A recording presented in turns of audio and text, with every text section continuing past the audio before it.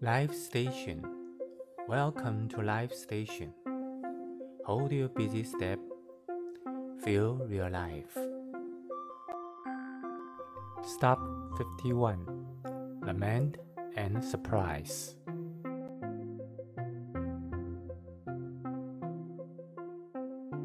About 6. Having a look at the just rising winter sun. I don't know if the sun feels cold, as it hides in layer after layer gray clouds for warmth.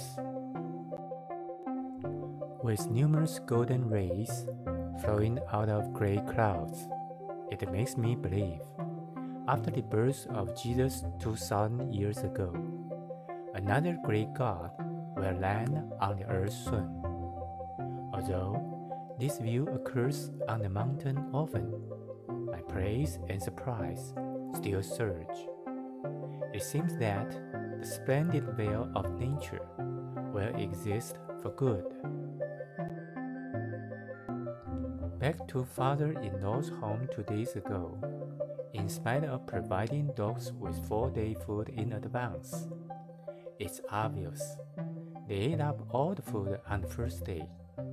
Upon my arrival at home, 4 dogs are so excited as to bark and beg for food continuously, one of them seeming to shed tears. This arouses the disaffection of another dog, warning this crying dog for its wantonness. It turns out to be animals' world is so authentic and so bountiful. Putting away dog food, I stand by to watch them eating quietly, finding they are so concentrated and contented. Sometimes, halting to see their master, seeming to tell me this is already the perfection. Animals' simplicity and contentment seem not to be the matter complex mankind can realize. I have no choice but to doubt whether human beings are really happier than animals. After dealing with dog shit, I hurry to the orchard to water fruit trees. New seedlings need sufficient water, only a little being not enough. Water must fill the hole, and it's not enough watering just the surface of soil. In spite of no irrigation for 2 days, when seeing seedlings still energetically green and full of life force, the happiness in my heart is so sweet, fantastically, like a sudden spring emerging from the land unstoppably. After finishing breakfast, composed of various fruits and vegetables, I drive to the post office down here. Full of people, the business of the small post office, of about 40 meters to the square, is not less than that of big city department stores. No one cuts in line, no one complains. Everyone moves slow and easy, and one in his turn chats and laughs with the clerk. I feel pleased, as I can stand in the queue, soaked in this happy atmosphere. I really love this easy occasion, telling myself to enjoy this moment as possible, in that discomfort exists only in paradise. Driving back last night, I found an iron brake plate dropped. Driving down here this morning, as the brake seemed not to work, I was forced to drive very slowly. When I arrived at the garage, it's already 10:30. The car mechanic said, "You are lucky to the sky that you can reach here safely." Hence, I knew I had a narrow escape just now. With so much care from the heaven, I have too much gratitude, and I am so fortunate as not to hurt innocent people on the way. To save money, I planned to own this car a decade originally. It's a pity. The old car is not proper to drive on the mountain trail. I cannot but announce to students and colleagues to sell this car at low price for charity, donating the money to charities in the name of the buyer. Owing to this occasion, I will have a discussion with students why we should donate.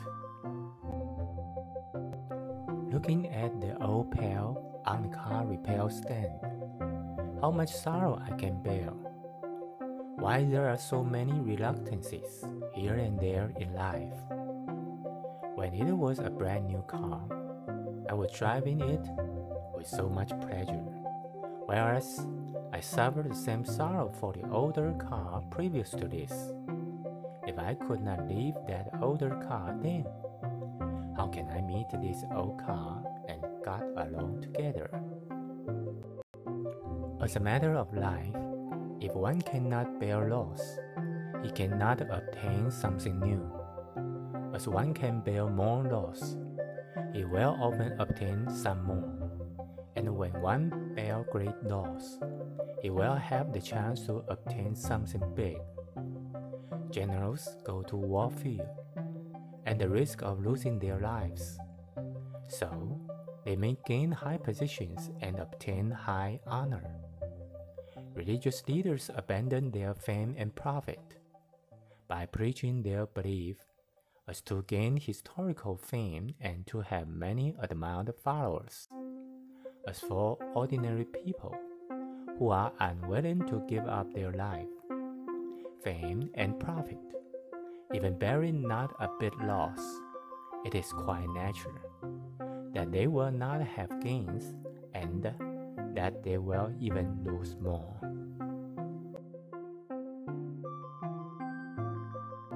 The old pail on the car repair stand will finally leave, as it has already functioned well, and it's time for our departure. As a matter of fact, is the meeting with the old car some kind of natural process of the rising, the continuity, and the fall of the fate between us?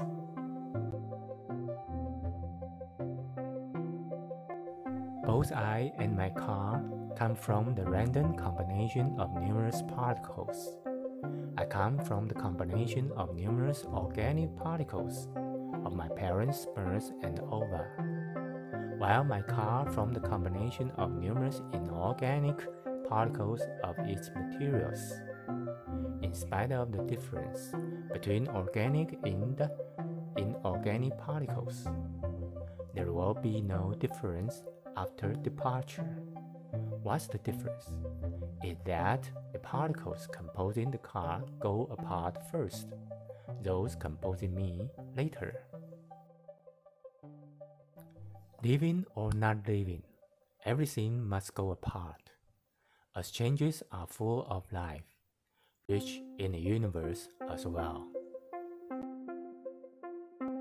Afterwards, I drove to buy a fire insurance. It is quite difficult to put out a forest fire in case it does occur. Besides having fire extinguishers at home, I cannot but buy a fire insurance for the worst.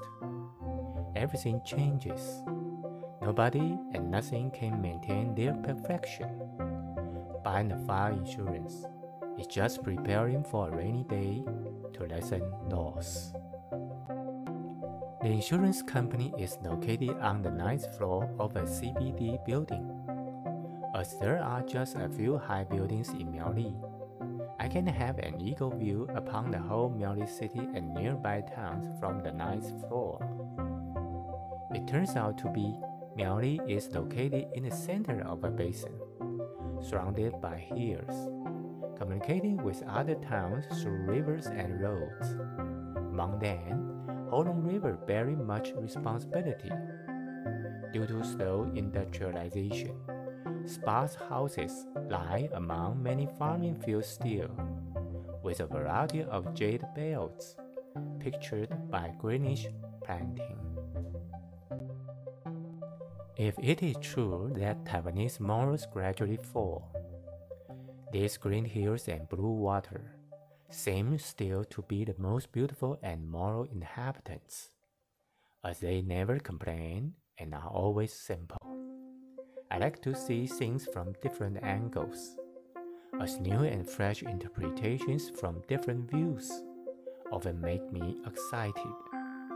Looking down upon low houses and farms, I look like a Gulliver walking into the small dwarf world.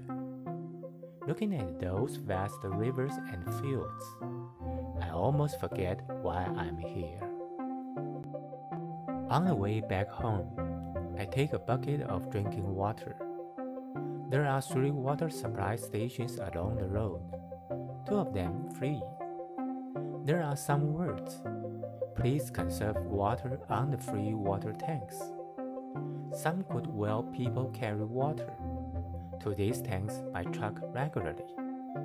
I tell myself not to waste any drop of water, as every drop of the water is the beautiful love of these good well people.